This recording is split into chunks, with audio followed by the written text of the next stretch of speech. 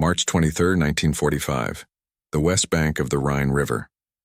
The night is cold, heavy with fog and the low hum of engines.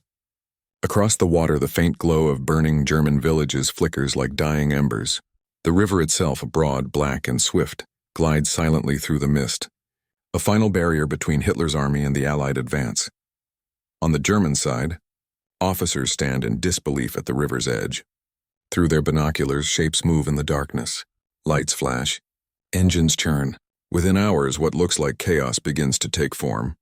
Long metallic sections linking one by one, floating on the current. The Americans are building a bridge. Under the cover of smoke, engineers in soaked uniforms hammer and bolt in rhythm, their boots half submerged, their voices drowned by the roar of generators. Each pontoon locks into place, rising from the water like a spine of steel and wood. By dawn, the mist lifts. A column of Sherman tanks rolls forward, their tracks clattering over the floating bridge. On the far shore, German artillery opens fire too late. The impossible has already happened. The Rhine, once a fortress of nature, has been conquered by invention. For centuries, the Rhine River had been more than a body of water. It was a line on the map that defined empires. Wide, deep, and fast-moving, it had served as a natural fortress for Germany since the days of the Romans. By 1945, it became the final defensive line of the Third Reich, the last barrier between the advancing Allied armies and the German heartland. To the German general staff, the Rhine was a wall of destiny. Its banks were fortified, its bridges wired for demolition. In the eyes of many German officers, it was inconceivable that any force could cross it intact. Not in the middle of war, not under fire, and certainly not in a matter of hours. But that belief, forged from decades of military pride and geography, was about to collapse under a tide of innovation. Months earlier, in the autumn of 1944, the Allies had already proven their ability to outbuild destruction. From the beaches of Normandy to the plains of France, engineers had rebuilt the broken roads of Europe one bridge at a time. When the Germans blew apart crossings over the Seine and the Meuse, the U.S. Army Corps of Engineers and the British Royal Engineers simply built new ones, faster, lighter, and modular. The secret wasn't just in materials, but in philosophy. American engineering doctrine was rooted in mobility, the idea that speed itself was a weapon. They didn't view rivers as obstacles. They saw them as challenges of timing and organization. Every division had its own engineer battalions, trained to construct Bailey bridges, pontoon ferries, and floating causeways under fire. Each soldier carried not only a rifle but also a shovel, a wrench, and a deep sense of improvisation. This mindset had evolved from bitter lessons earlier in the war. In North Africa and Italy, Allied forces had struggled with mountain passes and river crossings where traditional bridging techniques failed. The muddy banks of the Rapido River in 1944 had cost hundreds of lives because engineers couldn't build fast enough under German fire. By the time the campaign in Western Europe began, those failures had turned into doctrine. In June 1944, when the Allies stormed the beaches of Normandy, the role of engineers was already changing the shape of war. On D-Day, as infantry fought to survive the surf and machine gun fire, combat engineers blasted through minefields and obstacles. Behind them, massive floating harbors and the mulberries and were assembled offshore. They were an audacious experiment. Artificial ports made from prefabricated concrete caissons and floating piers. Within days, they allowed the Allies to unload thousands of tons of supplies without capturing a single intact port. That same modular spirit, the idea that you could build a functioning bridge, pier, or road anywhere, became the heartbeat of the Allied advance. By August 1944, the Allied forces were racing across France. Every destroyed bridge, every flooded river was met not with despair but with design. The British perfected the Bailey Bridge, a portable, prefabricated truss system of steel panels and pins that could be assembled by hand and extended across rivers in hours. The Americans, meanwhile, refined their floating bridge technology, pontoons made of aluminum or steel cylinders, connected by decking that could support tanks weighing over 30 tons. Each component was light enough for a few men to lift, yet strong enough to bear the weight of an army. When German forces retreated, they relied on nature to slow pursuit, blowing up bridges over the Moselle, Saar and Meuse. But time after time the engineers defied their expectations. At the Moselle River near Arnaville in September 1944, under constant shell fire, American engineers built 2 floating bridges within 24 hours. German observers reported in disbelief that the Americans seemed to grow bridges out of the river itself. That phrase would echo again months later, at the Rhine. By late 1944, the war had entered its final phase. The Allied armies, American, British, Canadian, and French, had reached the western borders of Germany. The Siegfried Line, a vast network of bunkers, dragon's teeth, and minefields, stood between them and the Rhine. The winter was brutal. Snow, mud, and constant rain slowed everything. Then came the unexpected counterattack, the German Ardennes offensive, known as the Battle of the Bulge. The surprise push by Hitler's forces in December 1944 temporarily halted the Allied momentum. It also reaffirmed to the Germans their belief that rivers were still their allies, barriers that could divide, delay, and buy time. Yet even during that desperate winter, the engineers kept working. They rebuilt bridges destroyed by retreating forces, maintained supply lines through the frozen forests, and laid the groundwork for what would come next. By February 1945, the Bulge had been crushed. The Allies refocused eastward. Ahead lay the Rhine, swollen by snowmelt, 400 meters wide in some places, guarded by heavy artillery, and protected by German engineers who had spent years studying its crossings. Nearly every permanent bridge was demolished. The Germans had mined the banks and flooded lowlands. They were confident that it would take weeks, maybe months, before the Allies could attempt a crossing, but the Americans had other plans. At Supreme Headquarters, Eisenhower understood the symbolic and strategic importance of the Rhine. To cross it would mean entering Germany proper, breaking through its psychological armor.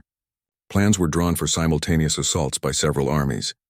The U.S. First Army under General Hodges, the Third Army under Patton, and the British Second Army under Montgomery would strike at different points along the river, forcing the Germans to defend everywhere at once. For this, the engineers became the decisive weapon. Hundreds of bridging units were assembled, their equipment stockpiled near the front. Steel pontoons, boats, cranes, and Bailey sections filled open fields. Thousands of soldiers trained day and night in the art of river crossings. They practiced assembling bridges blindfolded, loading vehicles onto floating rafts, and working under simulated bombardment. The Germans, watching through reconnaissance aircraft, dismissed the activity as preparation for ferrying supplies. They never imagined the scale or speed of what was coming. Meanwhile, in the ruined towns of western Germany, civilian bridges were blasted one after another. German engineers followed Hitler's orders to create a scorched earth. Nothing usable was to be left behind. They believed that without permanent structures, the Allies would be forced into long delays, allowing the Wehrmacht to regroup along the east bank. But their calculations were based on an old war, one fought with static lines and predictable logistics. The Allied war machine had evolved into something entirely new, a force capable of moving entire divisions across a river before the enemy could react.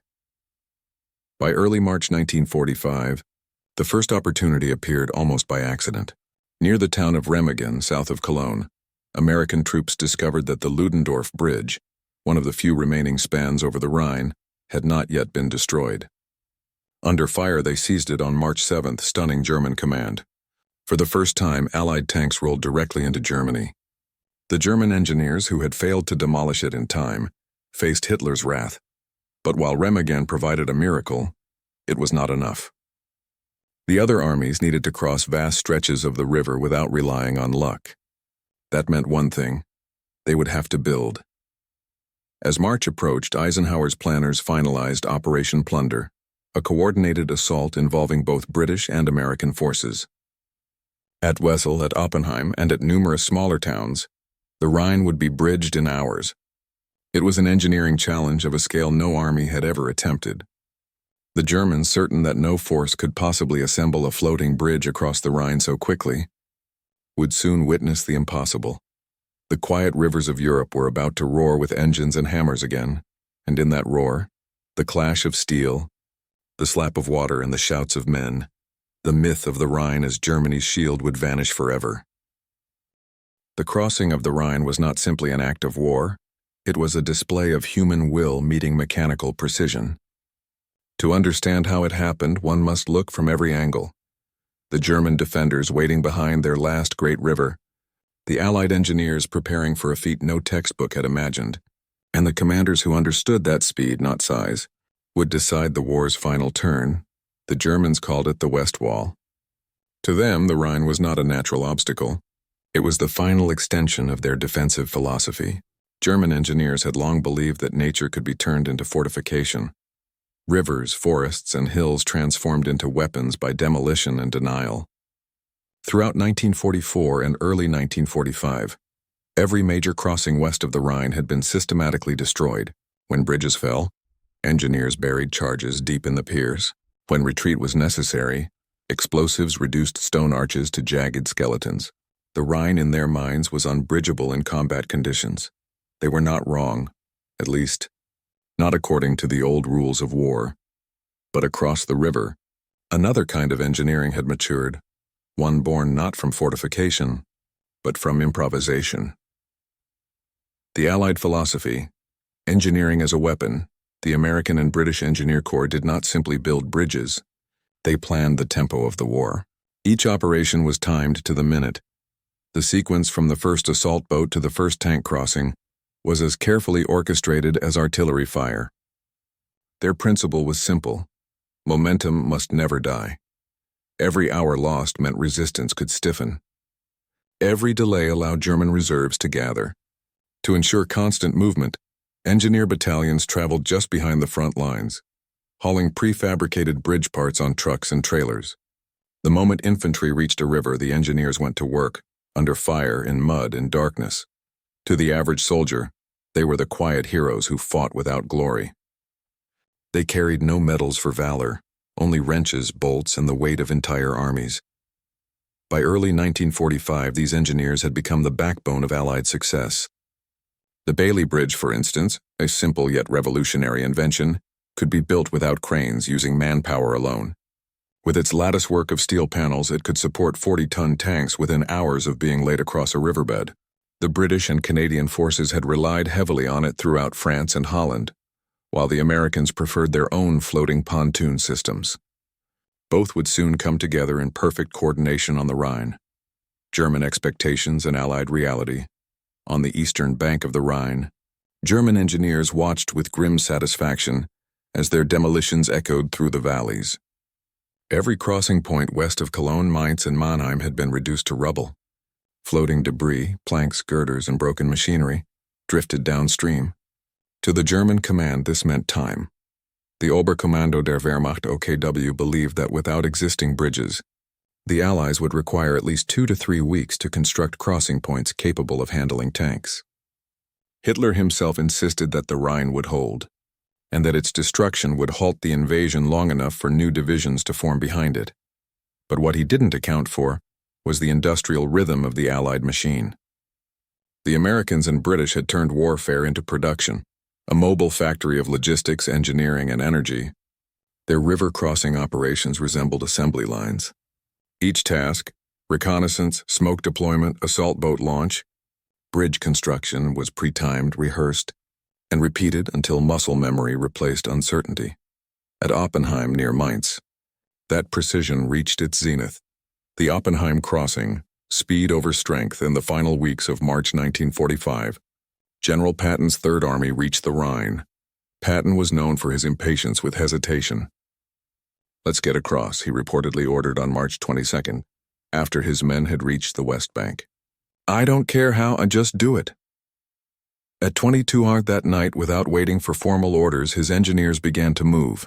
They launched hundreds of assault boats under cover of darkness. The Rhine's current was strong, over 6 miles per hour, and the water frigid. Engineers rowed silently, ferrying the first infantry across as artillery shells whistled overhead. By 3 a.m., the first platoons were on the far bank. At 4 a.m., bridging materials began to arrive. Massive pontoon floats and steel sections carried by trucks.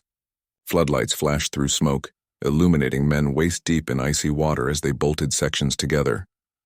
The Germans on the opposite bank opened fire sporadically, but their artillery response was uncoordinated. Within 10 hours, a 1,000-foot floating bridge stretched across the Rhine. By noon, tanks from the 5th Infantry Division began rolling across.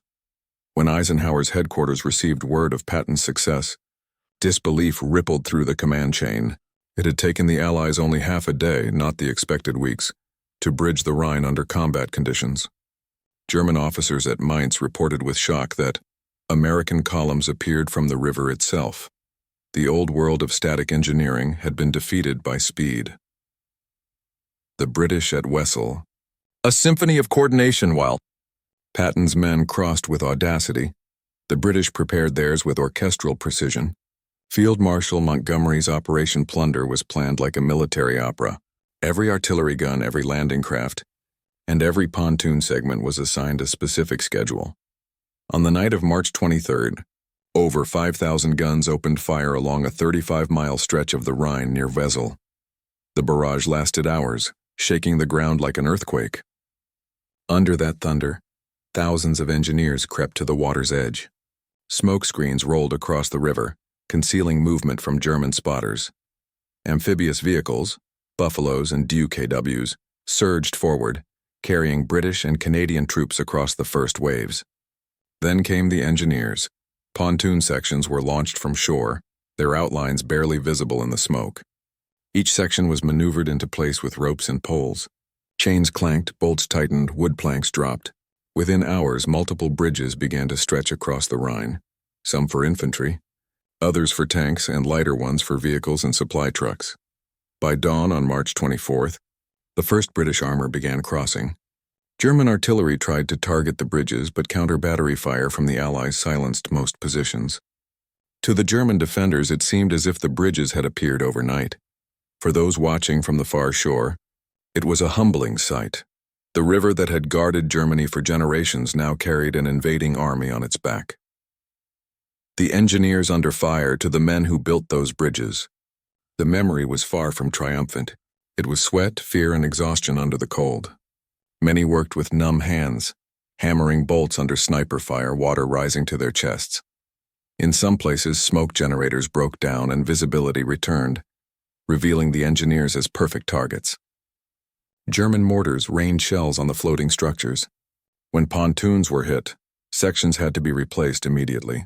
Men died on the water, their bodies slipping under as others took their place without pause. At one crossing near Boppard, an entire pontoon broke free, drifting downstream with several vehicles aboard. The engineers secured it again using cables, working in total silence while shells exploded nearby. Those scenes repeated along the river, proof that victory depended not on glory, but on relentless endurance. The German reaction. When reports reached the German High Command that multiple Allied crossings were underway simultaneously, disbelief turned to despair. At Remagen, Hitler had already executed several officers for failing to destroy the Ludendorff Bridge. Now his generals had no explanation for how entire armies had crossed elsewhere without warning. They had underestimated not only the Allies' ingenuity, but also their capacity for synchronized warfare. A German engineer officer captured near Wesel later recalled, "We thought they needed months to cross. Instead, they came like the tide, silent, unstoppable." The Wehrmacht had spent years perfecting the art of defense, but the nature of war had shifted beneath their feet. While they built walls, their enemies learned to build over them. The scale of ingenuity, the numbers behind the Rhine crossing still astonish historians. In less than 3 days, Allied engineers built over 35 major bridges and countless smaller ferries and footbridges. At Oppenheim alone, over 3,000 vehicles per hour crossed the floating bridges once completed. Each bridge required coordination among hundreds of men. Boat handlers, truck drivers, crane operators, welders, and infantry guards. Supplies arrived from depots miles away, each piece of steel numbered and scheduled. The entire system functioned like a living organism, one that could rebuild itself even under attack. And it wasn't just about the bridges. Smoke generators, searchlights, and decoy operations all worked in unison. In some areas, dummy crossings were staged with sound recordings and explosions to divert German fire. These illusions bought precious time for the real work to continue unnoticed. By the time the German command realized where the main crossings were, The Allies were already pouring armor and artillery into the heart of the Ruhr. The human dimension, the engineers themselves rarely appeared in the headlines. Most were anonymous. Young men from farms, factories, and universities trained not for combat but for construction. Yet in those cold March nights they became warriors of a different kind. Private accounts describe exhaustion so deep that men fell asleep standing up. Many couldn't hear after hours of artillery noise. Their uniforms were soaked, their boots filled with river water, their hands cut from wire and metal edges. Yet none stopped. Lieutenant John D. Bayliss of the 9th Engineer Battalion later wrote, "Every man knew that if we failed, thousands would die waiting to cross." So we didn't fail. It was not heroism in the cinematic sense, and it was something quieter, steadier.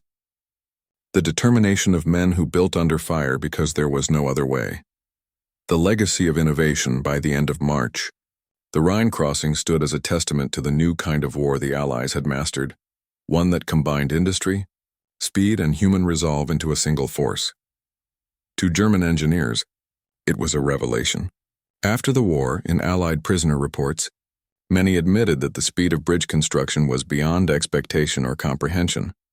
They had spent years perfecting demolition, the art of destroying bridges efficiently. The Americans and British had perfected the opposite, rebuilding them faster than they could be blown. The contrast symbolized the two sides' entire approach to the war. The German system was defensive, rigid, and dependent on precision. The Allied system was adaptive, fluid, and decentralized. Every engineer was trained to make decisions in chaos, to find solutions where plans broke down. The war was becoming less about control and more about momentum.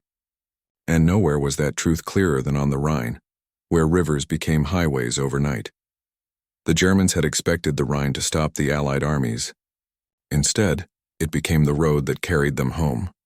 And as the tanks thundered eastward toward the collapsing Reich, one truth emerged, that in modern warfare, the bridge could be as powerful as the bomb. The night of March 23, 1945, over the Rhine River, was one of the most intense moments of coordination and courage in the entire European campaign. The operation was vast, stretching for miles along the western bank. Engineers, infantry, and armor waited in silence, each man aware that the coming hours would determine whether the war's end would be measured in weeks or months. The Rhine, broad, cold, and swift, was more than a river. It was Germany's last hope, the psychological line between defense and defeat. The air trembled long before the first shot was fired. Allied artillery batteries, thousands of guns from both the U.S. and British armies, opened fire simultaneously at 21 Gao. The sky turned white as hundreds of shells arced through the fog, raining down on German positions across the river. The ground quaked. Entire towns on the east bank disappeared under smoke and dust. The sound was continuous, like the tearing of the sky itself. Beneath that fury, thousands of engineers crept forward to the water's edge, carrying ropes, boats, and pontoon sections. The moment the guns paused, they began. At Oppenheim, where Patton's Third Army had already made its stealthy move, the night glowed faintly with muzzle flashes. The 5th Infantry Division had slipped across hours earlier in small assault boats. Now came the second wave. Engineers ferrying equipment and vehicles across under constant threat of artillery. The current was strong enough to pull boats downstream, so ropes and cable winches were fixed to both banks. Each raft was guided through black water illuminated only by tracer fire. The engineers spoke little. They had no need to. Every movement had been rehearsed for months. Before dawn, they began constructing the floating bridge. Pontoon sections, steel cylinders linked by timber decks, were launched one after another into the water. Men worked waist-deep in freezing currents, using hammers, pins, and cables by touch alone. Some had to steady themselves against the recoil of nearby explosions. Others replaced sections destroyed by direct hits. Floodlights flickered through smoke, revealing silhouettes of men moving with mechanical rhythm. Every clang of metal echoed off the riverbanks. By 5 a.m., the bridge began to take shape, a silver spine stretching eastward through the mist. At 9:30, the first M4 Sherman tank rolled onto the bridge. Its weight pressed the pontoons low into the river, but the structure held firm. One by one, armored columns began crossing. Infantry trucks, half-tracks, artillery pieces. Soldiers standing on the bank stared in disbelief. They had expected the crossing to take days. It had taken less than 12 hours. The Rhine, the barrier of centuries, had been conquered overnight. Meanwhile, 120 miles north at Wesel, the British Second Army's Operation Plunder reached its own crescendo. Montgomery's plan was meticulous. Every unit, every boat, every bridge assigned a timetable measured in minutes. At precisely 21, over 5,000 guns unleashed a thunder that rolled for hours. It was the largest artillery bombardment mounted by the British Army in Europe. When the barrage lifted, amphibious vehicles surged forward through smoke that clung to the river like fog. From the western shore, hundreds of Buffalo and DUKW amphibious craft advanced through a storm of bullets and shrapnel. Some were hit and sank instantly. Others pressed on. Engineers guided them from the banks, shouting orders that vanished in the roar. The first wave of British and Canadian infantry landed on the far shore by midnight, securing bridgeheads in hand-to-hand combat. Within hours, Royal Engineers followed, dragging pontoon sections to the water's edge. Building under combat was an art form only they understood. Each pontoon had to be locked with precision.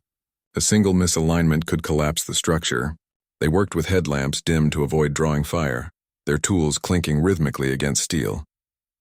When German artillery began targeting the river, counter-battery fire answered within seconds, suppressing the threat.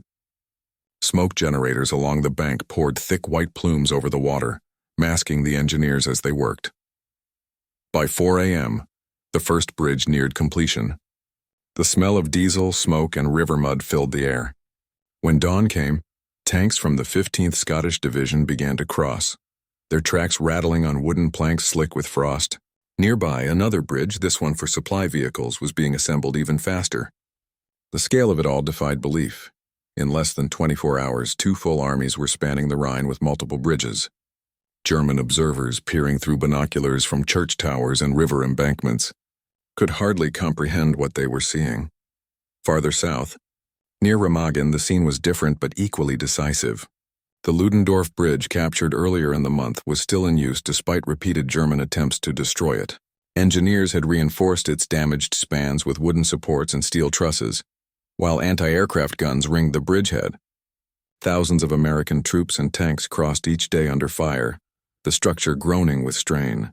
The Germans launched V-2 rockets, airstrikes and artillery barrages to destroy it. But the bridge endured for 10 days, long enough for additional pontoon crossings to take over. The German defense along the Rhine began to collapse not from lack of courage, but from disbelief. Their doctrine had never accounted for this. Bridges that grew overnight, rivers that no longer held armies at bay. Reports from the front described endless convoys crossing as though the river no longer existed. Hitler, furious and isolated in his bunker, accused his generals of cowardice and sabotage. Orders were issued for counterattacks, but none succeeded. The German army, already fractured and out of fuel, could no longer move fast enough to respond. On the Allied side, morale surged. Soldiers who had fought from Normandy to the Ardennes watched in awe as entire divisions crossed rivers that once symbolized impossibility. To them, this was more than victory. It was vindication of human ingenuity over fear. The Rhine crossings became not just military triumphs, but emblems of the modern age, machines and men working in perfect, relentless harmony. The sound of bridge construction became the soundtrack of the final march into Germany. Hammer blows echoed across valleys. Cranes swung in rhythmic arcs, lowering sections into place. Engines roared, cables strained, pontoons groaned beneath the weight of tanks. To witness it was to see industry transformed into a living force, a moving city of noise, smoke, and determination. Among the engineers, fatigue bordered on delirium. Many hadn't slept for days. Some built while standing in water up to their chests, their skin raw from cold and oil. Yet when a section was destroyed by artillery, replacements worked faster, as if defiance itself powered them. They knew the stakes. Every hour the bridge stood meant hundreds more vehicles reaching the east bank. Every crossing brought the war closer to its end. There were moments of stillness, too. Between artillery duels, the river would fall quiet, and men could hear the faint hum of the current beneath the steel. Some paused to look east at the smoky outline of Germany stretching to the horizon. For years, that land had been the enemy's fortress. Now it lay open, vulnerable, waiting. By the end of March, the Rhine crossings were complete. In 3 days, more than 1 million Allied troops had crossed. 30 bridges spanned the river, from massive tank causeways to small footbridges for infantry and medics.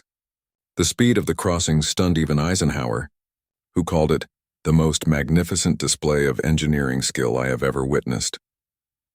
For the Germans, it was a psychological collapse as much as a military one. The line that was supposed to halt the Allies had fallen without slowing them. The crossing marked more than a geographical victory. It was the symbolic end of Hitler's Third Reich. For years, German propaganda had described the Rhine as the sacred shield of the fatherland. Its breach shattered that myth completely. To the Allied soldiers who crossed it, the river no longer represented division. It represented destiny. In towns along the Rhine, civilians watched in silence as foreign tanks rolled across floating bridges. Some wept. Others stood numb, their faces pale in the morning light. They had believed the river would protect them. Now it carried their conquerors. The sound of tank tracks on steel pontoons echoed through the mist like the drumbeat of history. Behind the scenes, German engineers documented what they saw in disbelief. Their post-war reports would later note the unprecedented rate of assembly, the impossible coordination under fire, and the complete negation of expected delay.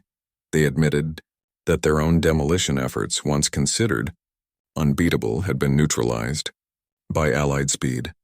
The war in Europe was not yet over, but the momentum had turned irreversible. With the Rhine behind them, Allied forces fanned out across the plains toward the Ruhr, the industrial heart of Germany. Armies moved like tides, their advance unbroken by terrain. Bridges kept multiplying, rebuilt whenever destroyed. The rivers of Germany, once her strongest allies, had become highways for her defeat. In those final weeks, as the engineers packed their tools and moved east, they knew what they had achieved would outlast the war. The Rhine crossings were not merely acts of logistics. They were proof that the future of warfare belonged to those who could adapt faster than destruction. The river that once divided Europe had, in a single night, united it in motion, and beyond the smoke, beyond the bridges still wet with dew and oil, the war's end was already taking shape on the horizon. When the first light of April 1945 broke over the Rhine, the bridges stood still, black silhouettes stretching across silver water, monuments to a victory born from calculation and courage. The noise had faded now. The smoke from the crossing operations drifted away, and the river flowed quietly again, carrying fragments of wood, burnt pontoon pieces, and the ghosts of battle. On both banks, the outcome was undeniable. The Rhine, long called Germany's ancient shield, had been pierced in less than 3 days. For the German army, it marked the death of hope. Commanders who once believed in the impenetrability of the Rhine barrier now faced the collapse of an entire front. Reports flooded Berlin, Allied tanks advancing beyond Wesel, infantry pushing through Oppenheim, the British Second Army moving east toward the industrial Ruhr. Hitler, in his bunker, raged in disbelief. He demanded to know how rivers could be bridged under artillery fire, and how entire divisions could cross where no bridge should exist. But his questions came too late. The war he once controlled had outgrown him. It had become a battle of machines and ingenuity, and his empire was losing on both counts. By the first week of April, the Allied advance became unstoppable. With the Rhine behind them, the vast mechanized armies of the West moved like a living tide. The American 1st and 9th Armies fanned out across central Germany, encircling German forces in what would become the Ruhr pocket. The British pressed northeast, capturing towns in rapid succession, while Patton's Third Army surged toward Frankfurt and beyond. The very bridges that had been built under fire were now carrying an unending stream of humanity: trucks, tanks, artillery, ambulances, prisoners, and supplies. The once quiet roads leading to the river were now clogged with movement 24 hours a day. Engineers who had worked without sleep to assemble the crossings now maintained them constantly, repairing damaged pontoons, tightening cables, and guiding convoys across at a steady pace. The scale was staggering. The U.S. Army Corps of Engineers recorded that, within a week of the crossings, more than 1.5 million men, 500,000 vehicles, and thousands of tons of supplies had passed over the Rhine. It was not merely a crossing. It was a logistical miracle, an industrial organism stretching from the English Channel to the heart of Germany. For the Germans, there was no comparable recovery. The Wehrmacht, battered and divided, could not reposition fast enough to contain the flood. Entire divisions were trapped west of the Rhine, cut off from retreat. In the Ruhr region, Germany's industrial core, more than 300,000 German troops were encircled by early April. Factories, coal plants, and railway hubs that had powered Hitler's war machine were now surrounded. The mighty industrial engine of the Reich had sputtered into silence. In towns along the river, the human toll became visible. German civilians, who had once watched their engineers destroy bridges in defiance, now watched Allied soldiers rebuild them in triumph.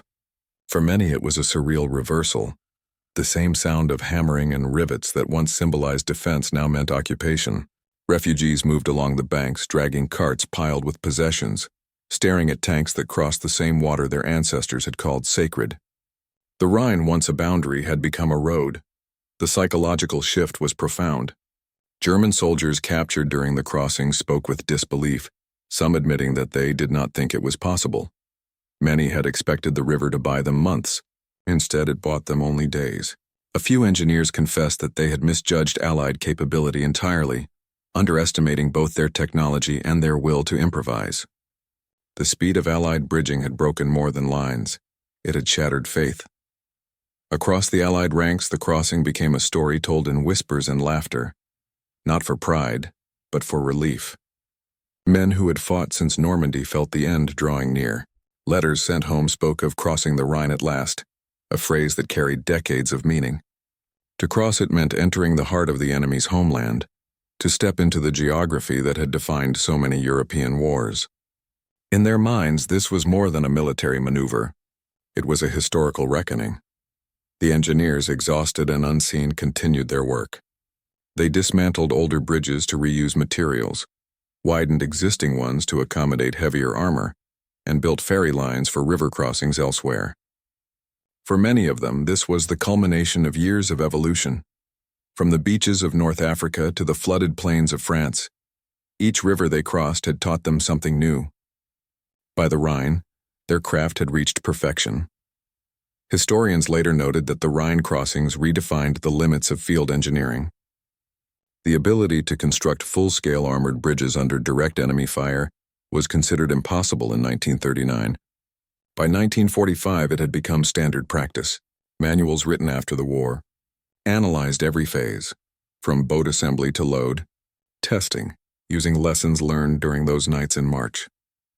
Future armies would study those operations for generations, but for the men who were there, the lessons were human, not mechanical. They remembered the exhaustion, the cold, and the noise, the grinding sound of steel on steel, the splash of the river against pontoons, the calls for more cable or more planking. Some remembered comrades lost when shells struck the bridge. Others recalled the silence that followed success. The moment the first tank reached the far bank, and no one spoke because they all understood what it meant. For the German population, the crossings carried a different meaning. To them, the Rhine had always symbolized permanence, a river that belonged to history, poetry, and identity. Now, seeing it conquered so quickly was like watching a myth dissolve. In the villages east of the river, church bells rang for surrender rather than for defense. Families hid in basements as Allied convoys rolled past. The bridges, still echoing with footsteps, became the pathways of occupation. The Allies treated their achievement not with arrogance but with precision. Eisenhower's staff emphasized maintaining order, securing crossings, and pushing forward. There was no time for celebration. Every hour gained was an hour closer to Berlin. Within 2 weeks, the Allies had advanced over 200 kilometers beyond the Rhine. The speed stunned even their own commanders. Rivers that once marked the boundaries of nations now offered no resistance. By mid-April, Germany's western defenses had ceased to exist. The Ruhr pocket surrendered, yielding more prisoners than any single engagement since Stalingrad. Bridges continued to function flawlessly despite relentless traffic. When one was damaged, it was repaired within hours. The engineers had become a permanent front line of progress. For the German military, this destruction of natural defenses meant the final unraveling of strategic doctrine. The Wehrmacht had built its plans around delay and terrain, the assumption that rivers, forests, and fortifications could slow an invader long enough to regroup. But Allied mobility rendered such concepts obsolete. The new reality of warfare was clear. Engineering could outpace geography. After the war, German officers who had survived captivity reflected on that realization. Many admitted that their army had underestimated the industrial genius of their opponents. They had seen American and British forces not only as fighters but as builders, armies that could turn landscapes into machinery. One captured general remarked, "We learned that your engineers fight faster than our soldiers." It was not hyperbole, it was truth. The Rhine crossings also had political and moral significance. To the Allied nations, the images of tanks rolling across pontoon bridges symbolized the inevitable end of tyranny. Newspapers back home printed photographs of soldiers waving from bridges over the Rhine, headlines proclaiming, "Into Germany." It was the moment when the world sensed that victory in Europe was no longer a question of if, but when. Yet for the men on the ground, the cost remained visible. Rows of temporary graves marked the riverbanks. Engineers, infantrymen, medics who had fallen during the crossings. Their work was functional, not glorious. There were no medals for bridging under fire, no parades for those who held cables while shells landed nearby. But in quiet moments, their comrades remembered them. Every time a tank crossed safely, someone had made that possible through sacrifice. As April drew to a close, the Rhine bridges began to lose their urgency. The front had moved far to the east, toward Berlin. Many structures were dismantled and recycled for humanitarian use, to rebuild destroyed civilian infrastructure, to reconnect towns divided by war. What had been weapons of invasion became tools of reconstruction. In the ruins of Wesel, Oppenheim, and Remagen, the remnants of those bridges remained for years, twisted steel and rusted pontoons half buried in river silt. Locals would point to them and tell stories of the night the river turned black with boats and the sky flashed like day. Some remembered the faces of young engineers shouting over the roar of artillery, the bridges rising as if from the water itself. Those images became part of collective memory, not of destruction, but of transformation. By May 1945, as Germany surrendered unconditionally, the Rhine crossings were recognized as one of the defining operations of the European campaign. Military analysts later called them the decisive proof that logistics and speed could win modern wars. The bridges represented more than engineering triumph. They symbolized the shift from static defense to fluid offense, from fortresses to flexibility. For Germany, it was the final lesson of a war that had begun with blitzkrieg, the very strategy of speed and movement that it now suffered against. For the Allies, it was validation of a doctrine where technology and teamwork replaced heroics. And for the men who built and crossed those bridges, it was the quiet knowledge that they had carried civilization across its last great river of war. The Rhine, once Germany's pride and protection, had become the path of her undoing. The engineers had done what no army in history had done before. They had made the impossible look routine. And when the war ended and peace returned to Europe's rivers, the echo of hammers on steel still lingered in memory, the sound of human ingenuity conquering the final barrier between war and victory. When the war finally ended in May 1945, the bridges across the Rhine stood silent, no longer trembling under the weight of tanks or echoing with shouted orders. The river flowed on, steady and indifferent, carrying the debris of war toward the sea. Yet what had happened on its waters only weeks before had changed the course of history. The Rhine crossings were not remembered for heroism in the cinematic sense. They were remembered for precision, for the triumph of order over chaos, planning over panic, and human intellect over natural resistance. What stunned German officers was not just that the Allies had crossed, but how they had crossed methodically, relentlessly, with an efficiency that belonged more to a machine than to an army of men. Those pontoon bridges, built under fire and anchored in blood, represented something larger than military success. They marked the maturity of modern warfare, an era where industry and intellect had fused into an unstoppable force. No fortress, no river, no mountain could stand against the combined rhythm of logistics, engineering, and human determination. For the engineers who built them, there was no glamour, only exhaustion and quiet pride. They had turned a river once feared by armies into a passage of liberation. For the German civilians who watched from the opposite shore, the bridges symbolized both defeat and deliverance. the end of one world and the uncertain beginning of another. In every war, there comes a moment when the noise fades and what remains is meaning. The crossing of the Rhine was that moment. It was where destruction gave way to construction, where barriers ceased to matter, and where the tools of battle became the instruments of rebuilding.